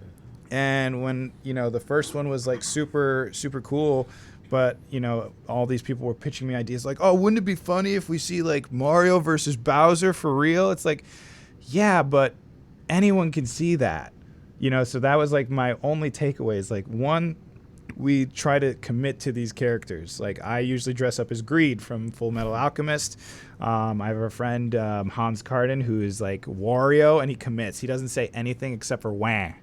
Like, that's all he says. I'll be like, how are you? He's like, wah, wah, wah. Like, and committing to these like characters. And so what I wanted to bring is like, let's have like a Dragon Ball Z. Let's have like Goku, but let's have him wrestle like Naruto. That would never happen. So like some matches that we've seen Cruella de Vil Nice. wrestle Shaggy and Scooby.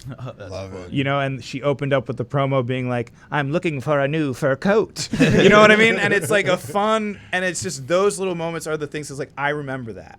And then one of our main events of our last one was Pikachu and Charizard versus Nacho Libre and Esqueleto. Oh, hell yeah. So it's like, that's where I try to push, where it's like, everyone has these ideas and like characters that they want to portray. One of the coolest ones too, Lily La Pescadita, another Chicago style wrestling. She was Wednesday Addams, and she wrestled Ness from like Super Smash Bros. And whatever. And my friend and playing Ness was Arya Kuma, the guy that got me into wrestling.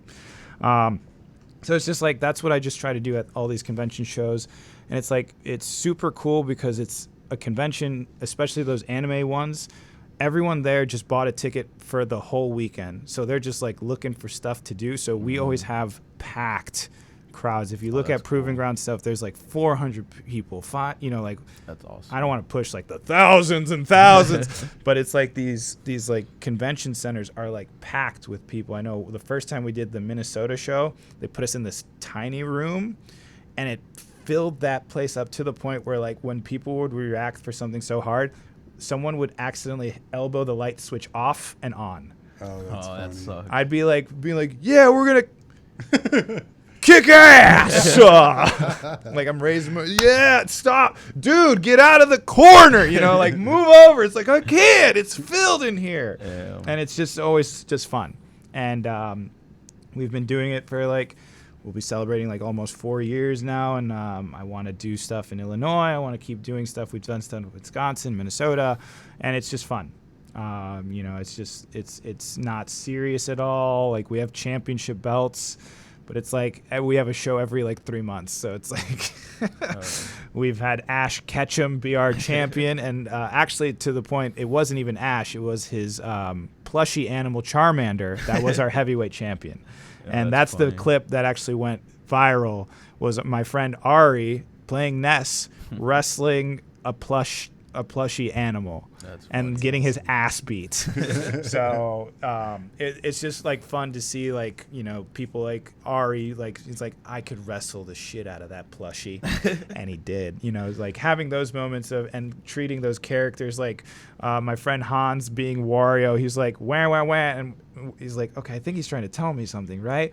He grabs the mic and Justin Waz sings the national anthem, but just like in the and it's like that would never happen at any other show except for this, and it's just because he's in this crazy stupid character, and that's why I love it, and I'm gonna do it every single weekend that I can. Hell yeah.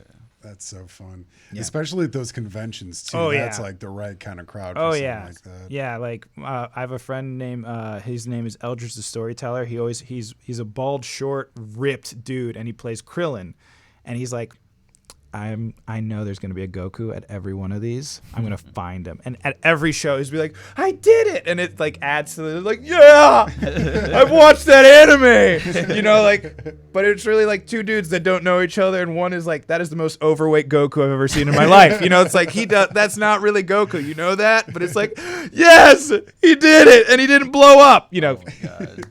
Convention stories, anime, and they're the best crowds too, because you can give them like because they're not wrestling fans. There's like some wrestling fans. There was like a guy that was like CM Punk. It's like when CM Punk has seen better days. But he was like, oh, that was a great like those were great wrestling, but everyone else is just like, whoa, are they actually hitting each other? Like there was a point where it's like we had an MC, like the person that was like the event coordinator that helped us, that was like, you can clap, guys. Because they had no idea. They're like, whoa, fighting?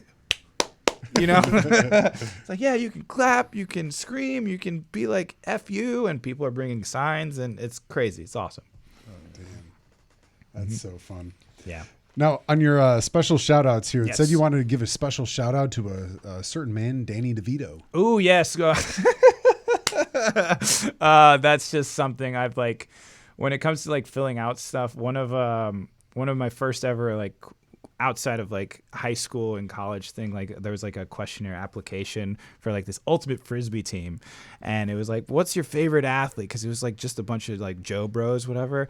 I meant to write Michael Jordan, but I put Michael Jackson on accident. And then it was like, oh, and who's this funny dude that just put a random like human instead of like an athlete? And so like on everyone I'll always add like a funny character that I really like, and I love Danny DeVito because like Always Sunny in Philadelphia is the best, and I want him to come to my wedding. So this is just if I can do a special shout out and he can come, or I can hang out with him, because I think that's just like That's like my album covers, just be like me and then just Danny DeVito right there.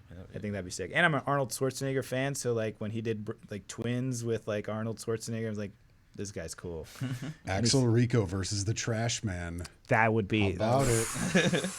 Ooh, man, He's a trash man. He just throws trash around. I mean, It's yeah, garbage. and he cuts people's throats open, so that'd be sick. So sick. Red is green. There you But yeah, that's Hell of a wedding. I'm so happy we got that shout out in there. So Danny, Oh, we read the fine print. We make sure we go through it. It's like the brown M&Ms thing from Yes. Van Halen. You know, Yes. we got to make sure we got to read make the sure you writers. got to get it in there. Well, speaking of like metal and stuff, I have a tattoo of hold on, I don't know, it's tight, but it's a luchador like mask. I don't know if you can see it. Yeah. And it is the most metal thing I think I've ever done in my life. Really? Because I saw like you sent me the things to be like with your guys' band. It's like, let me tell this like super metal story. So we were doing a Lucha Libre vegan fest, and all the parameters, like you can do whatever you want, but as long as you were vegan, you could like sell your wares. And like our promoter is a vegan, and we had a vegan wrestler, so the rest of us meat eaters got to like perform. But there was this person that was a vegan tattoo artist. Ooh. And I was told, it's like, oh, you and your partner Hans, the one who plays Wario, we also team everywhere, are wrestling this AAA signed wrestler and one of our luchadors in the main event. And it was like towards the end. And so I like went up to her, was like, please be open. You know, I'll whatever. And we like wrestle, the show goes crazy. We go through like tables. They're throwing like money at us. It's like a very custom thing in Lucha Libre where if you really like it to like have, and I'm like, okay. Bow. Okay, come on. It's like, please be open. You know, like I'm trying to take off my gear super fast, like also trying not to like flash all these fans and whatever. And then I guess like she was about to leave. It's like 10, almost 11 o'clock. She's like, all right, I'll you know, I want money. You know, I'll get you this luchador match. But then what's the headlining thing? I thought we were the headliners because we had like this superstar from AAA. Apparently there was a vegan heavy metal band. And like, when I mean heavy metal, like straight up screamo, Jesus. like think As I Lay Dying, but we don't eat meat, you know, like going hard. So there's like these people moshing, like vegan moshing, but like going hard. There's just like reverberating through this garage, and I'm getting a tattoo, and I just wrestled. I was like, this is the most metal That's thing pretty metal. ever. Like you just hear, you know, and I'm like, this is a story I'm gonna tell as much as I can, because it's like I'm not a really metal person, but that's metal. Yeah. That's awesome. Do you have dude. more tattoos? You got a lot? I have 3, but I want more because like I'm a picky bitch. I'll say that because it has to mean something for me. This is the only one where it's like because it has a story and it means so much, and I've always wanted like something wrestling on my body. I've got 3 tattoos, so it's the luchador. That's like I love, you know, Lucha Libre is kind of what helped me open my minds to learning more things about wrestling. So it's like, why not? It's super badass. It's just the black and gray, you know, black lining luchador mask. On here, I've got the dragon from Mortal Kombat. Oh, yeah. All of my family were big fans. I love it. You know, Sub-Zero is my character. I love just like playing games. And then over here is Galaga.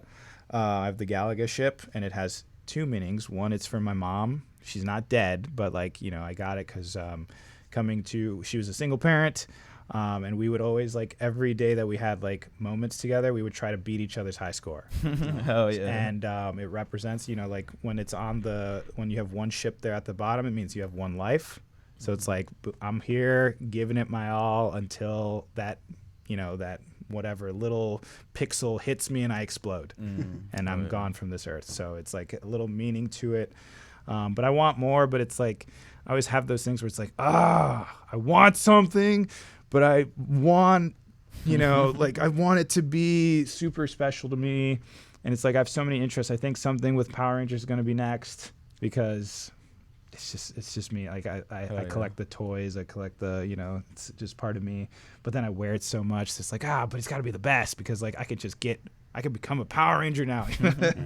But yeah. You probably got to take a little time off too to let those tattoos heal, right? Oh yeah. So like one of my friends at that show got it beforehand. Oof. And I was like, dude, that's brave. And he's like, somehow the like tape didn't come off, but it's like, he's like, you know, like it'll be fine. you know. But that's why I was like, please be open, because like the guy, his name is Psycho Clown.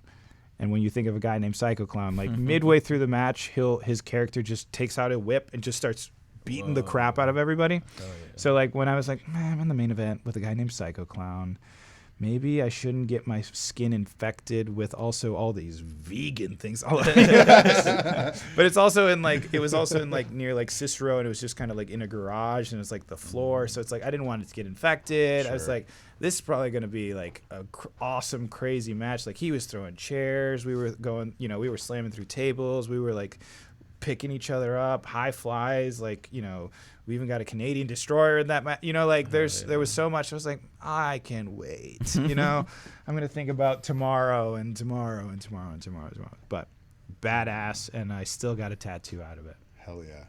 Mm-hmm. That's a cool story. Do you have any embarrassing stories when you're in the ring? Bro, where do you want to start? Give us your top 2, maybe. Well, how about I'll tell you where I had my first match in front of people. And I always like to tell this story because it's a ridiculous. It's, to me, it was like nothing, but like telling it back, it's like pretty ridiculous. Going back to Mr. Jimmy Smooth, who gave like a lot of people their first shows in front of people. This was outside of a strip club, and it was like a grassy, caged up area where I'm pretty sure like the strippers would leave their children like to play.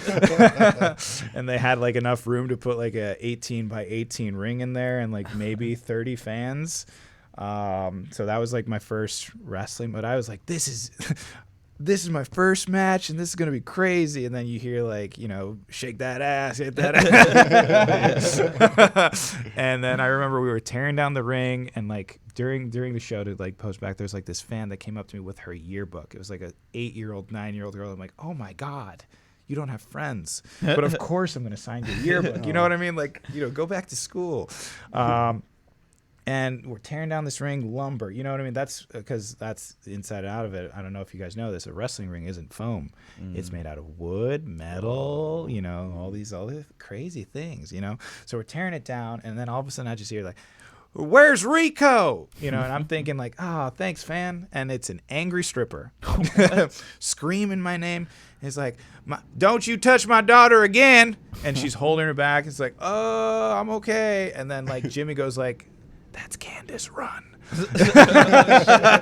So I immediately like, okay, have a great day. I gotta go.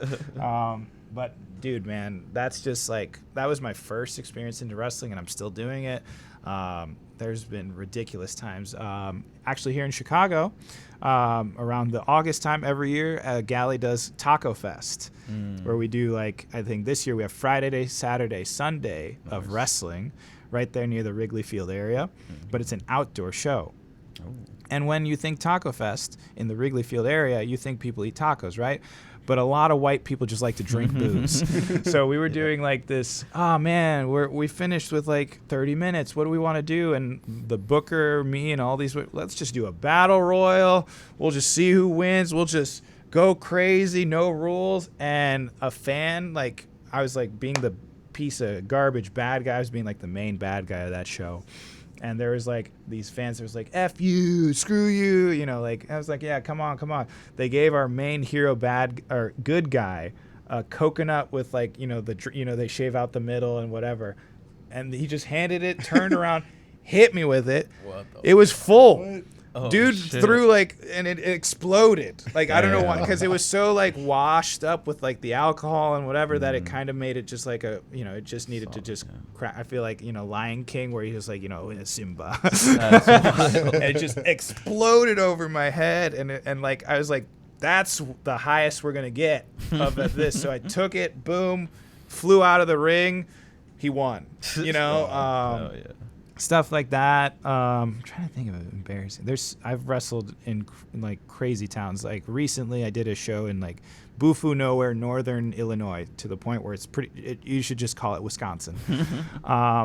And I was a fill-in. Like a buddy of mine, he like got injured. It was like, oh, can you take my place? I didn't know they had like an ongoing storyline, right? But he's like, so your manager is a guy that thinks he's Colonel Sanders. And the guy you're fighting Colonel Sanders believes he's the one that actually killed OJ's wife. What the fuck? And I was like, cool. All right. Let's do it. So we go out there, and he goes like, oh, will I believe this man? And he goes like, well, I was 7, and like just the improv mind is like, and you were 7? You still could have done it. Have you seen Home Alone? You know, like that just came out of my head. And then we had a wrestling match, and he used the glove, and you know what I mean? Like it was like we played around that. That's like embarrassing, but it's just like at the end of it, I just think if it's a good enough story to tell your friends, whatever, was it truly embarrassing? Like I've slipped and fall in wrestling matches where people will be like, haha, stupid. I'll be like, shut up, I meant to do it. You know, I don't really think I don't think I've ever done anything like too embarrassing. Like, you know, I've been able to do shitty shows like that where I pretend I'm wrestling, you know, the true OJ killer, and I've also like been able to be cherished with like being able to wrestle for something like AEW on like their Dynamite, you know. So I just think this, you know, it can do so much when it comes to like wrestling. That's why I thought like your guys' show is super cool, because it's incorporating artists of all kinds, you know, and that's really what wrestling is at the end of the day. It's just art. Yeah. You know, people are into it. People do it differently. Everybody's a different artist on the canvas, quite literally the canvas of wrestling. Man, I should write this shit down, dude. But yeah, dude, it's super. I don't find anything that I've done in the wrestling business embarrassing at all. How about highlights? What do you think is the biggest point of your career so far? I think definitely wrestling for AEW on their main like TV programming on the other side of the ring was the Scissor Gang people. I think they were called the Acclaimed, and Billy Gunn. Oh, hell yeah. I was a big fan of Billy Gunn during like the Attitude Era, because that's when I started like really becoming a fan. So that was super cool. When I first became the CSW champ, the first show back, the promoter wanted to find me a good wrestler, like a big whatever, and I got to wrestle Jacob Fatu before he got signed for WWE. Yeah. And that was like one of my favorite highlights. Like me and him, like he is a monster of a man, and we like had just natural chemistry. And that was super cool to now see him. It's like, I know that guy. I've wrestled him. I've like just been able to chill with him. It's like, that's just a dude who gives a shit. Mm-hmm. It's like, that's cool. And then little things like winning where I got the championship belt at both the promotions that gave me my start. That like is a highlight for me. You know, everything else is just like, you know, seeing my friends who I helped begin train, you know, like win championships and do well. That's also like a moniker for me, because it's like, you know, I like to be selfish at times, but also like everyone should be selfish at times. Like I love seeing people succeed. I love seeing wrestling promotions succeed. I love seeing everybody succeed, because why not? Yeah. You're signing up for something to try to be successful in it. I'll be like, hell yeah. Even though we've had like arguments, but you know, I love that wrestling has taken me to places like Las Vegas, Florida, Minnesota, Indiana, Wisconsin. I'm probably thinking of other states. You know, I want to wrestle in Puerto Rico. That's like my next like, you know, tick off that I'd love to get, but I'm so happy with what I've done so far, and I can't wait to see what happens next. Oh, yeah. Now, you've been in the game for quite some time. You know, where do you want to be 5 years from now? Well, obviously, a signed wrestler would be great. I think in some capacity where it's like, if I could live and still be comfortable at home, pay my bills, and all I'm doing at the end of the day is wrestling, that's the goal, right, at the end of the day. And hopefully my wife makes a lot of money, so she always gives me crap where it's like, you know, if I make a shitload of money, I'm gonna need you to be a house man. It's like, I'm over here like, give me the gown, give me the like, you know, if we're working, I'm changing the diaper, you know, like whatever. You know, if you want to make like $300,000 a year and be like, don't work, tell me what to do. Go. Where right? do I sign up? Mr. Mom, man. Right. Hey, honey, I'm going to be home at 3 a.m. because I have work at 7. Like 7 p.m. to do a wrestling show? Absolutely. But I think, obviously, that's the goal. Of course, who knows what's going to happen with life. Like on Monday, Memorial Day of all things, I had 2 flat tires. Damn. Woof. What does that happen? Well, how does that happen? no idea. But apparently yesterday they patched it up. How they figured that out, I don't know. Did I expect that to happen? Nope. But I like immediately messaged you guys. I might not be able to. Actually, I'll be there. Yeah. So obviously not living with the what ifs. So if something, of course, comes at my plate and I want to take advantage or hit it head on, I'm going to definitely do that. The dream, of course, if I could be a WWE superstar, that'd be freaking sweet. Or anything like that. I think a signed wrestler would be super awesome, but if it doesn't work that way, I'm still gonna. I think I caught the bug, so it's in me like venom. Passion. Yeah, it's the passion. It gives me like that artistic thing. I know all of us have that like day to day that helps us get through it, but then we always have that little niche that we always want to express ourselves in some way. I think I found it in wrestling. So, Oh yeah. wrestling. That's how I'm going to answer your question. See myself in 5 years wrestling. Wrestling. Oh, That's a good answer. We're kind of coming close to the end of the show, but before we end it, last time we had a wrestler on, he demonstrated a wrestling punch on us. Is there a move that you would be comfortable demonstrating? Well, I can give you a shotgun little slap to the face. I can chop you guys. I'd rather take a chop. Okay, all right. Well, I think the chop, I'm gonna smack the shit out of you. That's fine. With the shotgun, you'll barely feel it. I already took a punch to the face last time, so maybe a different body part.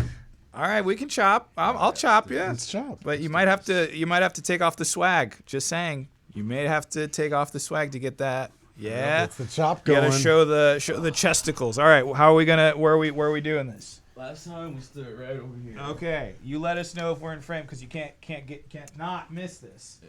Now, All right. I'm gonna ask you. I'd say push that chair a little out that way.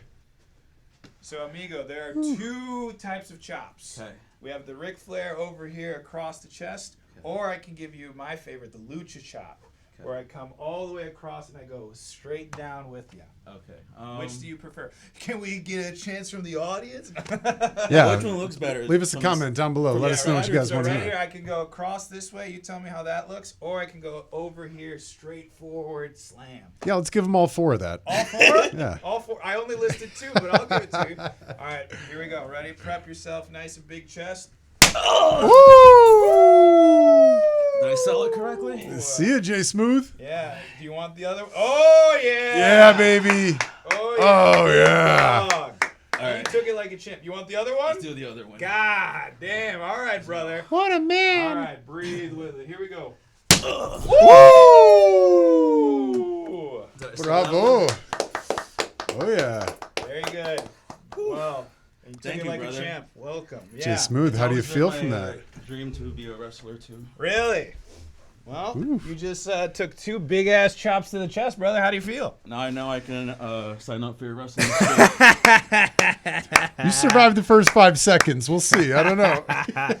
It'll probably, once the adrenaline wears, Yes. it'll probably hurt tomorrow. And the nice thing, I put one on this side of his chest and then one on this side because I'm a nice guy. You know? Aw. Oh yeah, there it Spreading is. love. Woo! Oh, Look at that. Yes. Oh, yeah. I see some bruising going up in there, baby. I'm telling you, man. When it comes to chops, you got to lay it in there. But like, if you don't, it might hurt. So the fact that they got great sound with it and it like was able to look really devastating, that's a perfect chop right there. So make sure to clip that. As soon as we're done.